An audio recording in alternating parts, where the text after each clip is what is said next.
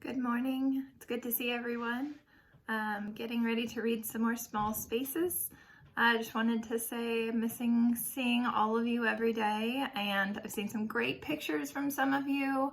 Got to see Clayton listening to Small Spaces and Ava doing some cool nature artwork out on a hike.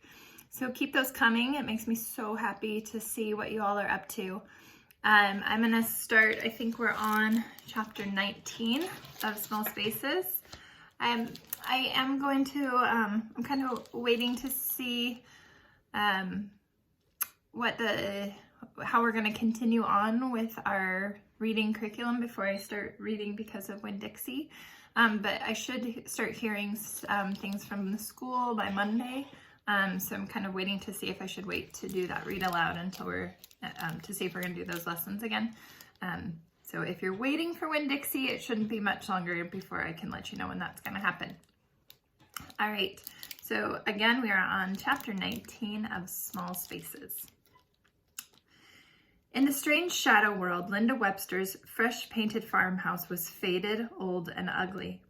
Its door hung a little open, making Ollie think of spiders' webs. If we were the flies. But she marched forward anyway. Just as she got back to the open door with Brian and Coco too far back to hear, Ollie glanced down at her watch. Up, it said. Ollie looked up, but there was nothing there. Despite herself, she whispered, "Mom, is that you? Can you hear me?" Silence.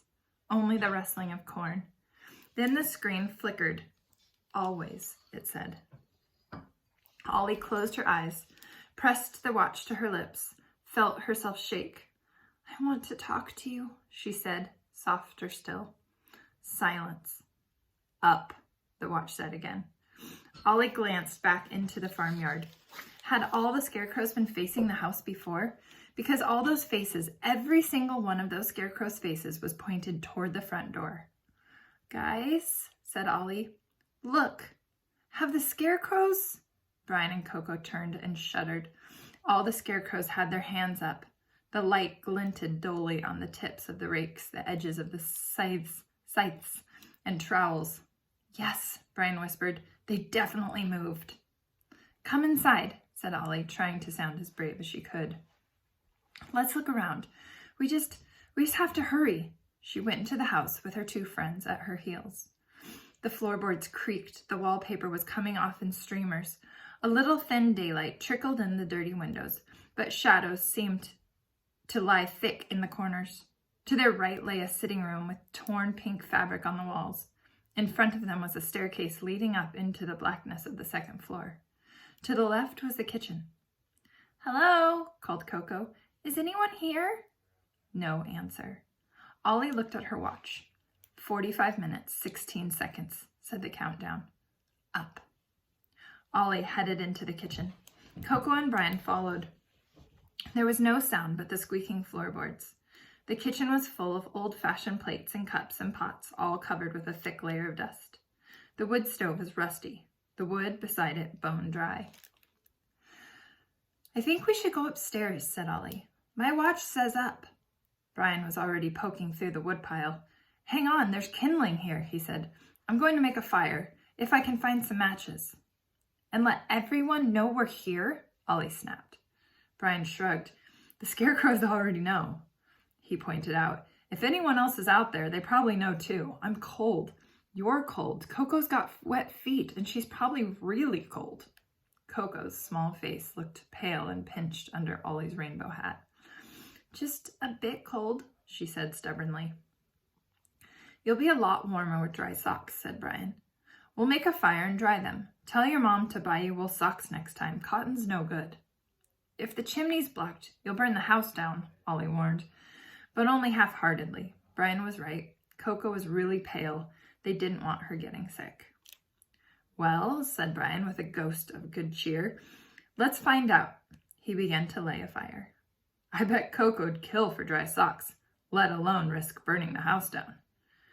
"You do that," Ollie said. "I'm still going upstairs." "I don't think we should split up," said Coco. What if a bad thing comes?" "It's not dark yet," Ollie said. That's not the only bad thing, cried Coco. What about the ghosts?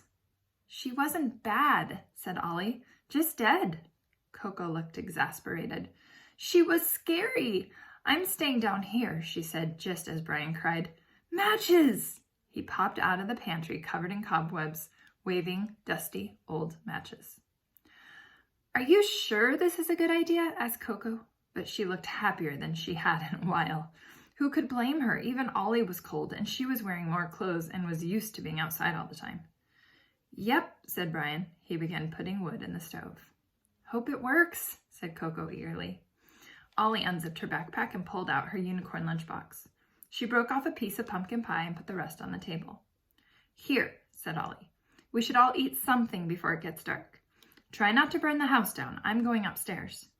Ollie marched off, chomping her portion of the slice of pie, leaving Brian and Coco going through her lunchbox on the scarred kitchen table. A little fire had begun to sputter in the stove. Ollie wondered if she wasn't doing something really dumb, going off by herself. The first bedroom was just to the right of the top of the staircase.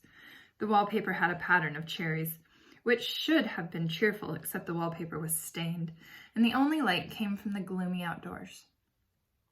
The bed had a moth-eaten red blanket, a vanity table with empty boxes, a bookcase. Ollie paused in the doorway, glancing behind her. Nothing, just a hallway with stairs at one end and the other end dark. Ollie bit her lip. Each step she took made the floor creak. Ollie crept closer to the bookcase. A Bible, a book of common prayer, a child's guide to virtue, Mrs. Beasley's domestic sciences.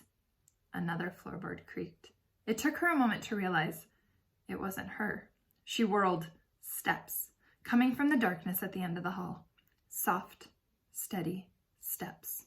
Ollie froze. A hand appeared on the doorframe. A thin, yellow-nailed hand. Then a face popped around the edge of the doorframe. A gasp came strangling out of Ollie's throat. It was a woman, or had been. Her skin was sunken in beneath her cheekbones, and when she smiled, her lips stretched too wide. The way a skull smiles. She stood in the doorway, blocking Ollie's escape. Who are you? Ollie whispered. Her voice came out thin and scared. A dry whisper murmured back. My name is Beth Webster. Ollie's spine was pressing up against the bookcase. Beth Webster is dead. The woman in the doorway said nothing, but her smile grew and grew, humorlessly until it took up her entire lower face. Ollie had to bite back a scream. I died in this room, whispered the woman. The rustle of her clothes sounded like dead leaves. On the other side of the mist. How did you get to this side? Ollie managed to ask around her dry throat. Jonathan is here, Beth said. She clasped her hands together, long-fingered and bony. The dead go where they will, and I wouldn't leave him. Wouldn't leave the farm when I was alive and won't leave him now. Even the smiling man can't make me. He'd like it, though. Oh, yes, he would. Why? Ollie asked. Her lungs felt squeezed with fright. Because he doesn't have any power over the dead, said Beth. And I'm not forgetting myself like Kathy did. Poor Kathy Webster. There's not much left of her now. Forgetting yourself? Asked Ollie. Is Kathy forgetting herself? But why is she here? Because her sons are? Yes, said Beth. Kathy wouldn't leave her children, not for anything. But that's what happens to ghosts. Their minds go, and then you are only memory, doing the same things over and over. Then why are you like that? Asked Ollie. She'd begun to recover from her fright. Beth was scary, but she just stood in the doorway and looked. I wrote a book, said Beth thoughtfully. I think that's why. I put myself into it. All my days and nights and hopes and dreams. My whole life. I think my book is the reason I still remember. Although maybe it would have been easier to forget. Maybe that's why the smiling man wanted Linda Webster to get rid of the book, Ollie thought. To stop Beth from hanging around. Ollie thought of the watch's instructions. Up. Maybe Beth Webster knew something important. Do you know how my friends and I can get home? She asked. Do you know how to turn the scarecrows back into people? Do you know how to beat the smiling man? The ghost laughed a long, shrill burst. The smiling man is older than old, said Beth, still grinning. You can't beat him. You might be happier in the corn with him. At least scarecrows feel nothing. Shut up, snapped Ollie. We aren't going to be scarecrows. I'm going home to my dad. How do we get home? The cornfield is the doorway, said the ghost. It's a maze, a corn maze. The scarecrows exist here and there.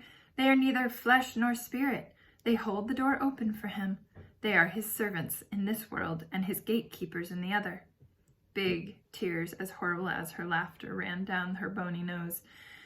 And I am only a ghost, and my love is a scarecrow and the servant of that horrible man. Her sad mouth seemed to droop down her face, as though the skin was rotten. How do we change the scarecrow's back? Ollie asked, torn between pity and horror. I do not know. Until the mist becomes rain, Jonathan told me once, but I don't know what that means. I'm sorry, she said with a new note in her voice. You have to go now. That was when Ollie heard her watch beeping. Instantly, she realized how thick the shadows had grown. She looked down at her watch. 5 minutes. 5 minutes. I should have told you sooner, whispered Beth Webster. She was crying dusty, waterless tears. I'm sorry, but what was the use? You're never leaving this place. Never, never, never. All right, end of chapter 19. See you at chapter 20.